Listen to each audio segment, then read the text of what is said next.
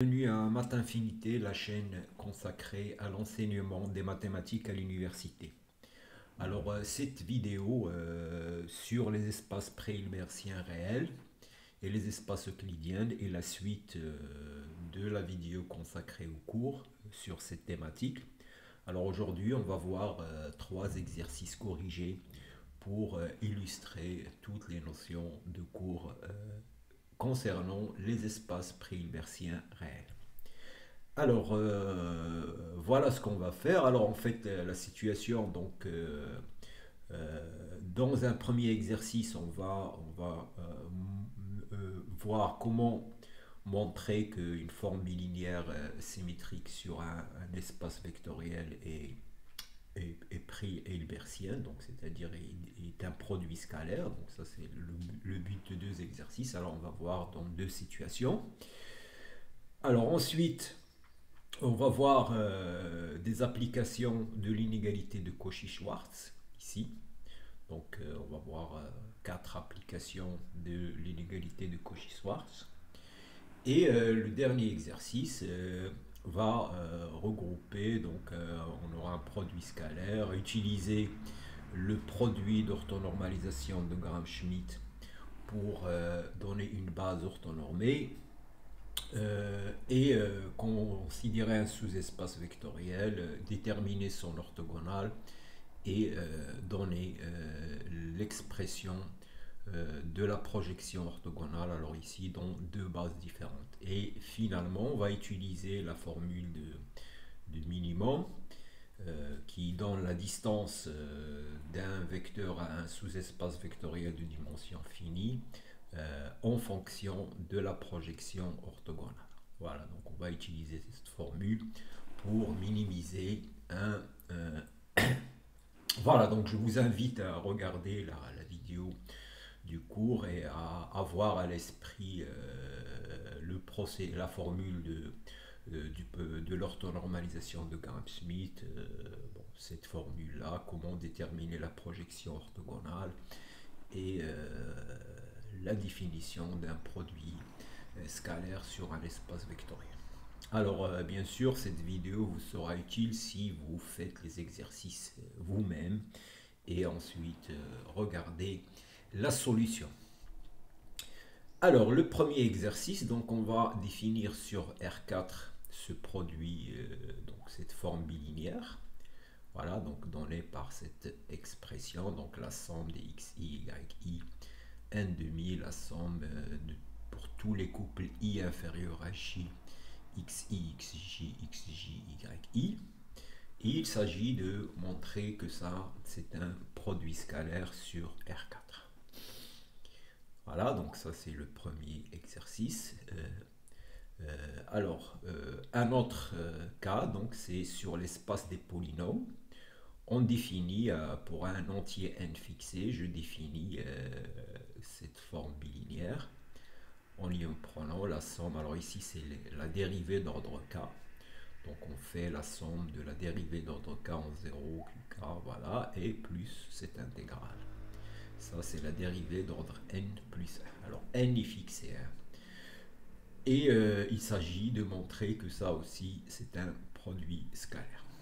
Voilà, donc je vous donne les deux exercices à regarder, à noter et à travailler avant de regarder la solution. Alors allons-y, donc un produit scalaire, c'est une forme bilinéaire symétrique. Alors la bilinéarité, donc bon, là j'ai écrit, donc il faut montrer que x plus ax' y égale xy plus ax'. Alors ça ne pose aucun problème. Vous remplacez dans la formule et vous utilisez les propriétés du produit et vous allez trouver cette formule rapidement. Donc ça ne pose aucun problème. Alors donc ça il est linéaire à gauche. Alors en plus ce produit est symétrique et donc il est symétrique, donc il est aussi linéaire à droite. Et donc ça définit une forme bilinéaire symétrique sur R4. Alors maintenant, pour montrer que c'est un produit scalaire, il faut montrer qu'il est positif, c'est-à-dire que la forme quadratique associée est positive et il est défini, ça veut dire que si q de x égale à 0, x égale à 0. Alors ça va passer par la réduction de Gauss. Donc là, je vous envoie aussi à la vidéo que j'ai postée sur comment trouver la réduction de Gauss d'une forme quadratique. Alors voilà, donc on va faire ça ici. Alors donc l'idée, c'est de prendre un facteur 1 carré et ramener tous les termes où il y a x1. Donc c'est ce qu'on a fait ici. Et les êtres, on les laisse comme ça. Voilà. Alors après, et puis ça, c'est le début d'une identité remarquable. Donc ça, c'est x1 plus 1 demi, ça au carré. Et il faut retrancher le carré de ça, c'est-à-dire moins un quart. Voilà. Donc, et alors on simplifie, et puis on recommence. On recommence avec x2 au carré. Donc voilà, donc je regroupe le terme en x2 au carré et je ramène tous les termes où il y a x2 et j'ai créé le début d'une identité remarquable et voilà, donc je factorise et on continue comme ça, on fait la même, donc j'enlève ce terme, donc là il va rester que x3 et x4 et je fais la même chose avec x3 et x4. Voilà, donc c'est ça le procédé d'orthonormalisation de Gram-Schmidt. Donc voilà, en poursuivant, on va arriver à cette forme-là. Alors on voit bien que c'est q de x, c'est la somme de carrés. Et donc voilà, donc cette forme est positive. Q de x est supérieur ou égal à 0, puisque c'est la somme de termes positifs. Et il va s'annuler si tous ces termes-là sont nuls. Voilà, tous ces carrés, puisque la somme des carrés est nulle si chaque terme est nul. Et on va trouver q de x égale à 0, ça veut dire on a ce système il est triangulaire. Donc je vais avoir x4 égale à 0, x3 égale à 0, x2 égale à 0 et x1 égale à 0. Et voilà, donc on a montré que c'est un produit scalaire sur R4. Alors pour le deuxième, donc alors je rappelle l'expression du deuxième produit scalaire, donc il est donné comme la somme des produits des dérivés en 0 plus l'intégrale de la dérivée d'ordre n plus 1. Voilà, alors là aussi on va montrer que c'est une forme bilinéaire symétrique définie positive. Alors pour bilinéaire, donc là bon, je l'ai écrit ici, mais c'est facile, hein, donc c'est les propriétés. La dérivée de la somme, c'est la somme des dérivés. La dérivée est linéaire, et donc voilà. Donc ça c'est facile. Donc on arrive à cette forme-là, qu'on montre que ça égale à ça. Il n'y a pas de problème. Alors bien sûr, c'est symétrique. Alors maintenant, on va montrer que c'est positif et défini. Alors si je fais le produit scalaire de pp, donc je vais avoir ici la somme des carrés, et là l'intégrale d'une fonction continue positive. Et on sait que l'intégrale d'une fonction continue positive est positive, donc ce terme est positif et ce terme est positif. Donc c'est positif. Et ça va s'annuler si tous ces dérivés-là vont s'annuler et cette intégrale s'annule. Alors l'intégrale d'une fonction positive s'annule, continue si seulement si la fonction est nulle. Et donc pp égale à 0, équivalent à tous les dérivés. Voilà, et cette intégrale est nulle. Donc nul, ça veut dire ça. Donc tous les dérivés en 0 du polynôme sont nuls et la dérivée énième plus 1 est nulle. Donc ça veut dire que tous les dérivés en 0 vont s'annuler. Alors un polynôme où tous les dérivés ont un point s'annule à cause de la formule de Taylor. formule de Taylor pour un polynôme, il s'écrit comme ça. Et donc si tous les termes nuls, le polynôme nul. Et donc voilà. Et donc on a montré que ça est un produit scalaire sur l'espace vectoriel des polynômes. Alors le deuxième exercice, c'est montrer les inégalités en utilisant l'inégalité de Cauchy-Schwarz. Alors on va montrer cette inégalité, celle-là, et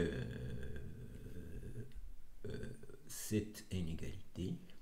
Voilà, donc pour des nombres réels dont la somme égale à 1, on a toujours la somme des AI au carré sur PI au carré supérieur ou égal à 1. Et pour une matrice, la trace de M au carré est plus petit que N fois la trace du produit M transposé M. Voilà, alors, et on va voir le cas où il y a égalité. Alors, dans la formule de Cauchy-Schwarz, on sait que la formule de Cauchy-Schwarz, c'est la norme. Ici, la formule de Cauchy-Schwarz, c'est ça. La valeur absolue du produit scalaire est inférieure au produit des normes. Et on a l'égalité si seulement si les deux vecteurs sont liés. Donc ça, c'est aussi le cas de l'égalité est important dans le cas de Cauchy-Schwarz. Voilà, alors on va... donc voilà, donc je vous remontre l'exercice. Donc il y a cette égalité-là. Alors celle-là. Voilà, Q est positif différent de 1. Cette inégalité et celle-là. Bon, voilà, alors donc je vous invite à réfléchir et à essayer donc d'utiliser l'inégalité de Cauchy-Schwarz pour montrer ces quatre inégalités. Alors allons-y, la première, c'est là. Alors, je vais introduire le produit scalaire canonique sur Rn. Et je vais remarquer que cette somme-là, c'est le produit scalaire de deux vecteurs, le vecteur 1, 1, 1, avec le vecteur 1 racine de 2 racine de n. Voilà, donc c'est ça l'astuce. Écrire ça comme un produit scalaire. Et donc, l'inégalité de Cauchy-Schwarz va me dire que cette somme, qui est la valeur absolue du produit scalaire, est inférieure à la norme de U et la norme de V. Et maintenant, il ne reste qu'à calculer la norme de U. Alors, vous remarquez que la norme de U, c'est racine de n. Et la norme de V, c'est racine de 1 plus 2 plus n. Voilà, donc voilà. Et cette somme, on la connaît. 1 plus 2 plus n, c'est n plus 1 sur 2. Et on a montré l'inégalité. Alors, on va avoir l'égalité si seulement si les vecteurs U et V sont liés. C'est-à-dire, ce vecteur-là s'écrit comme A fois le vecteur 1, 1. Alors, ceci n'est possible que si A égale à 1 et N égale à 1. Voilà, donc N va être égal à 1 et A égale à 1. Voilà, donc voilà pour ce premier exercice. Alors, pour la deuxième, donc ça, je remarque que ça, c'est 1 moins racine de Q à la puissance N sur 1 moins racine de Q, et ça, c'est la somme de la série géométrique. Et donc, c'est égal à cette somme. Et ça, c'est le produit scalaire de UV avec U, c'est ce vecteur, et V, c'est ce vecteur-là. Voilà, c'est ça l'astuce. Et là, comme tout à l'heure, on a ça, donc la norme de U c'est n, et il faut calculer juste la norme de V. Alors la norme de V, ça va être racine de 1 plus Q Q à la puissance n moins 1, et on va retrouver, voilà, on va retrouver la formule. Et on va avoir l'égalité si seulement si ça égale à ça. Donc dans ce cas-là aussi, A égale à 1 et Q égale à 1. Et donc ça, c'est pas possible. Donc cette inégalité est toujours stricte. Voilà, l'inégalité ici est toujours stricte, puisqu'on a supposé que Q est différent de 1. Alors, maintenant, la troisième. Alors, je rappelle la troisième inégalité. Il s'agit d'avoir deux familles de nombres qui vérifient ça. Et on va montrer que la somme des AI au carré sur PI au carré est supérieure ou égale à 1. Alors, ben voilà, il faut travailler ça. Donc, il faut remarquer que 1 égale la somme des AI par hypothèse. Et ça, c'est les AI racine de PI fois racine de PI. Et ça, c'est un produit. Le produit scalaire de ce vecteur avec celui-là. Et donc 1, qui est égal à ça, est inférieur à la norme de ça au carré fois la norme de ça au carré. Et maintenant, ben, il suffit de calculer la norme de ça au carré et la norme de ça au carré. Voilà, donc la norme de ça, c'est ce qu'on cherche, c'est le terme qu'on cherche.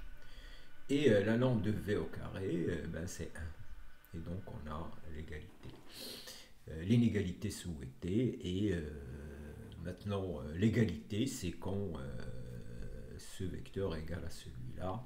Alors ceci n'est possible que si A égale à 1 et les AI sont égales à PI. Voilà. Et voilà, et donc vous voyez là, c'est des applications très, très intéressantes de la formule de Cauchy-Schwarz. Alors le dernier, c'est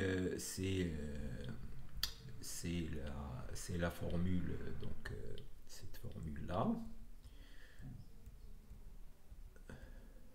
Voilà, celle-là. La trace de m au carré est inférieure à n trace de m transposée. Alors ça, il faut savoir que ça, c'est un produit scalaire sur l'espace vectoriel des matrices carrées d'ordre n. Voilà, la trace de transposée de m fois n est un produit scalaire. Et donc, ça, c'est la trace de INM au carré, l'identité. Et donc, ça, c'est le produit scalaire de IN fois m au carré. Donc, ça, c'est le produit scalaire de IN fois m au carré. Et donc, l'inégalité de Cauchy-Schwarz, eh bien, va me dire que ça. Et la norme de IN, c'est la trace de l'identité qui est égale à n. Et on a la formule souhaitée. Et on a l'égalité si seulement si. Voilà la trace de... Voilà, et on a l'égalité si seulement si la matrice est un multiple de l'identité. Voilà. Alors maintenant le dernier exercice. Donc je considère ce produit scalaire sur l'espace vectoriel de polynôme de degré inférieur ou égal à 4. Donc cet espace vectoriel, c'est un espace vectoriel de dimension 5.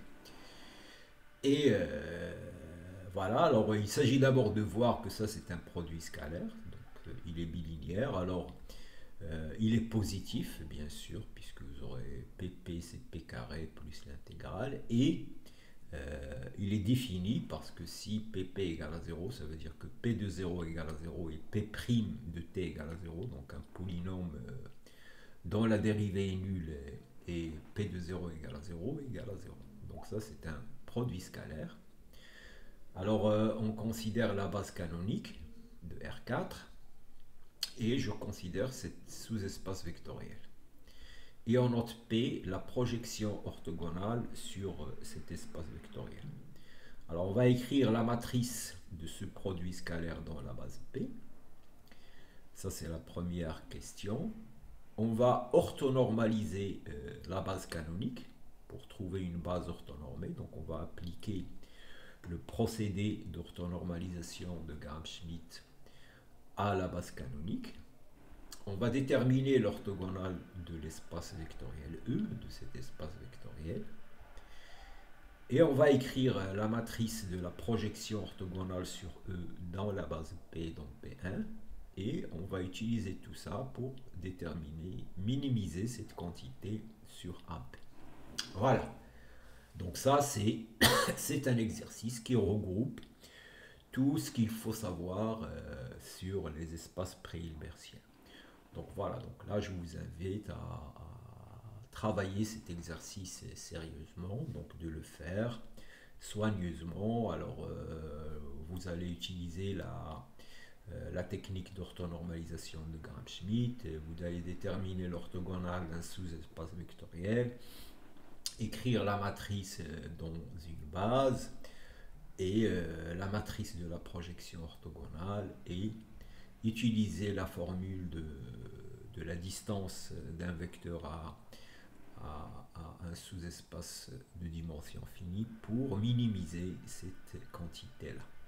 Voilà, donc je vous invite à faire ça. Alors allons-y, donc la première question c'est écrire la matrice. Alors écrire la matrice, ça veut dire il faut calculer les produits scalaires 1, 1, 1, x, 1, etc. Alors ça c'est un calcul. Vous utilisez la définition du produit scalaire ici. Donc voilà, P0Q1 fois l'intégrale et vous calculez. Et vous utilisez le fait que si la fonction ici est paire, l'intégrale est nulle. Voilà, donc ça c'est un calcul que vous pouvez faire, il n'y a aucun problème. Donc calculer tous les produits scalaires des éléments de la base P. Voilà, donc jusqu'à x4. Et on trouve, voilà la matrice de M.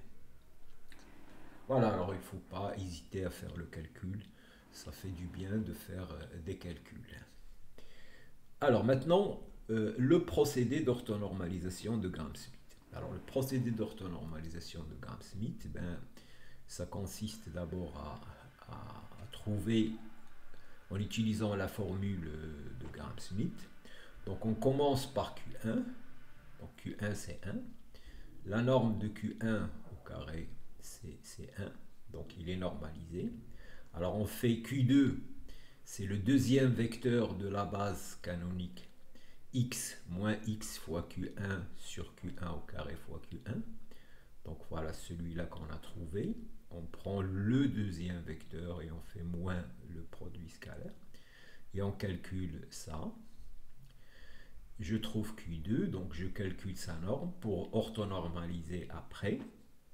Alors Q3, je prends le troisième vecteur dans la base canonique et je fais moins x2 Q1 x2 Q2, ce que j'ai trouvé avant, et je multiplie par Q1. Donc c'est ça la formule d'orthonormalisation de Gram-Schmidt. Et il faut faire les calculs et on trouve ça. Et je normalise, je calcule la norme de ce vecteur au carré pour diviser après. Pour Q4, je fais la même chose. Je prends le quatrième vecteur dans la base canonique et je fais son produit scalaire avec les vecteurs que j'ai trouvés Q1, Q2, Q3 avec cette formule. Donc là, la formule est facile à rappeler, il faut faire les calculs. Et j'orthonormalise. Et Q5, la même chose, le dernier vecteur dans la base canonique, moins ceux que j'ai trouvés avant, produit scalaire. Et on trouve ça. Voilà. Donc il faut s'asseoir et faire les calculs soigneusement. Voilà, et après la base canonique, eh bien, je prends tous ces vecteurs et je les divise par leur norme. Donc Q1 divisé ici par 1, Q2 divisé par racine de 2, la norme, et Q3 par racine de ça. Et je vais trouver la base canonique. Voilà, la base orthonormale P associée à la base canonique. Voilà. Donc ça, c'est un calcul relativement direct, il n'y a rien, il faut juste faire le calcul. Alors, maintenant l'orthogonale, donc je prends un vecteur dans mon espace vectoriel, donc il s'écrit comme ça. Alors il est orthogonal à E s'il est orthogonal au vecteur qui engendre E. Donc ici c'est 1 et x carré. Donc il est dans E orthogonal. E c'est l'espace vectoriel engendré par 1x carré. Et donc ce vecteur est orthogonal si on a ces deux relations. Alors on calcule maintenant ça. Donc je calcule P de 1 et ça. Et voilà, donc P orthogonal si A0 égale à 0. et cette quantité égale à 0 qui va me donner A4 en fonction de A2. Et donc je vais trouver, voilà, E orthogonal, c'est un espace vectoriel de dimension 3. Il y a A, B, C, donc il est engendré par ces trois vecteurs. Ce qui est normal puisque E est de dimension 2. L'orthogonal, sa dimension, c'est la dimension de l'espace moins la dimension voilà, de l'espace vectoriel en question. Voilà, donc ça, il n'y a rien. Donc il faut juste résoudre le système produit scalaire avec les générateurs égal à 0. Et on trouve E orthogonal.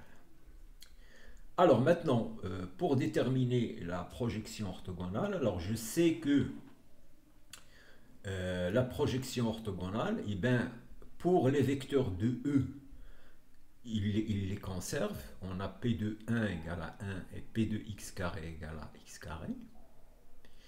Et pour les vecteurs dans E orthogonal, eh ben, il les envoie sur 0. C'est ça la projection orthogonale. La projection orthogonale, c'est sur l'espace en question, c'est l'identité. Et sur l'orthogonale, c'est 0. Et bien voilà, donc on a P de 1 égale à 1, P de x carré égale à x carré. Alors on a la base de E orthogonale, donc on va avoir P de x au cube, P de x égale à 0. Donc voilà, j'ai P de 1, P de x carré, P de x3, et de cette relation, je déduis P de x4, qui est égal à ça. Et donc la matrice, eh j'écris P de 1, P de x qui est égal à 0, P de x carré qui est égal à x carré, etc. Et j'obtiens la matrice de P. Alors maintenant, dans la base P1, eh je remarque que les polynômes P1 et P2 sont dans E, et les autres sont forcément dans E carré, puisque cette base est orthonormée. Donc celui-là, P1 et P2 sont dans E, et puisqu'on a trouvé que P1 c'est 1 et ça c'est X. Donc ça, et justement, E est engendré par ça. Et ceux-là, ils sont forcément dans l'orthogonal, puisque cette base est orthonormée, puisque ce vecteur il est orthogonal à ça et ça. Voilà, et donc à partir de cette remarque, eh ben, on utilise, j'ai P de P1 égale à P1, P de P3 et P de P2, P de P4 égale à 0, et donc j'obtiens la matrice. Alors maintenant, pour minimiser la quantité en question, donc je remarque que ça c'est l'intégrale de P de t moins t' au carré, donc je l'écris comme une dérivée au carré. La dérivée, donc c'est la primitive. Voilà. Et donc cette quantité, je remarque que c'est la norme de P moins x au carré. C'est ça l'astuce. Donc voilà, donc je veux minimiser cette quantité. Donc l'inf, donc cet inf, puisque cet espace est engendré, donc c'est inf, c'est la distance de x à e au carré. Voilà, donc cette quantité, c'est la distance de x. Donc je vais minimiser la distance, et je sais que la formule de minimisation nous donne que la distance c'est x moins p de x, la formule. Et voilà, ben, il suffit que je calcule x moins p de x. Alors puisque p de x égale à 0, on a distance de x égale à ça, et je calcule maintenant donc cette quantité égale à 2. Voilà, donc l'idée c'est d'écrire cette intégrale comme ça. Avec p, c'est un élément de e. Et voilà, et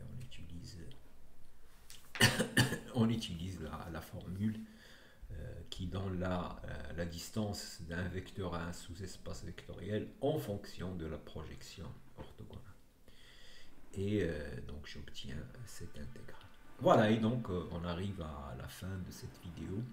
Alors donc si vous avez aimé, donc n'oubliez pas de liker, de partager et de vous abonner si vous n'êtes pas encore abonné. Voilà, et je vous remercie.